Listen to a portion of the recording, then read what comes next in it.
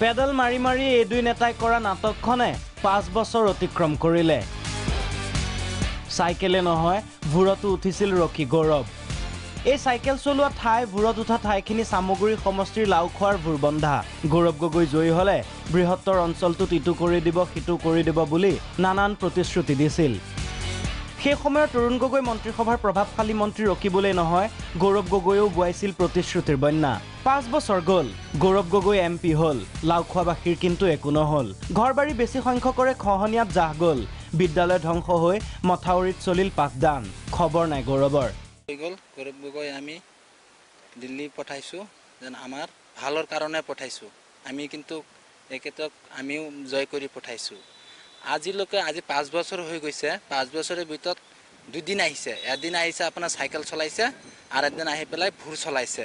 আজিলৈকে আমাৰ গাঁৱৰ উন্নতি কৰিম দূৰৰ কথা একো কৰা নাই। আৰু এবাৰ হেনো আহিছিল, পিছে সাংসদ গৌৰৱে হেনো লাজতে গাড়ীৰ পৰা ভৰি মাটিত নিদিলে।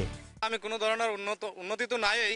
মানে যোৱা MP ইলেকশ্যনৰ লগত আহিছিলে, সেই সময়তে সেই নাটকখন কৰি গৈছিলে, ৰাইজক দেখাইছিলে যে আমি দুখীয়া শ্ৰেণীৰ ৰাইজৰ লগত আছোঁ, চাইকেলো চলাব জানো, আকৌ নাও চলাব জানো। তাৰপিছত 5টা দিনো ইয়াত উপস্থিত হোৱা নাই। যে বছৰেকত এবাৰ বানপানী হয়, ফ্লাডৰ সময়ত যদি আহি ৰাইজক অলপ সঁহাৰি জনায়, সান্তনা দিয়ে যে নাই আপোনালোকে ধৈৰ্য ধৰক, প্ৰাকৃতিক দুৰ্যোগ। আৰু এইখিনিতো ৰাইজে আমি বুজি পাওঁ, এইখিনি আমি কৈ আছোঁ। তেখেতসকলে আহি পেলাই এইখিনিতো আমাক জনাব লাগে, ৰাইজক অলপ সঁহাৰি জনাব লাগে। পেলাই অকণমান সময় 2 মিনিট 1 মিনিট গ্লাছখন খুলিছে আৰু ৰাইজে জানে আৰু মানে হেঁকা দিব, অলপ ক'ব আৰু সেইকাৰণে লগে লগে গ্লাছখন লগাই পেলাই লাজুকীয়া মুখখন নেদেখাই আকৌ লগে লগে গুচি গ'ল।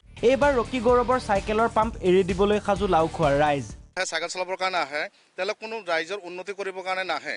যদি উন্নতি কৰিবৰ কাৰণে আহিলেহেঁতেন তে ইয়াত মানুহে দেখা পালেহেঁতেন বা ৰাইজক সঁহাৰি দিলেহেঁতেন। কিন্তু এইবাৰ তাত প্ৰত্যুত্তৰ এনেকৈ দিব, ৰাইজ পূৰা হেৰি হৈ আছে যে এইবিলাক আজিৰ পৰা গৌৰৱ গগৈ বা ৰকি ফুলচনক কোনো ইয়াত স্থান নিদিয়ে, সেইবুলি ৰাইজে সিদ্ধান্ত লৈছে। সামগুৰিৰ পৰা কাবুল কলিতা, প্ৰাগ নিউজ।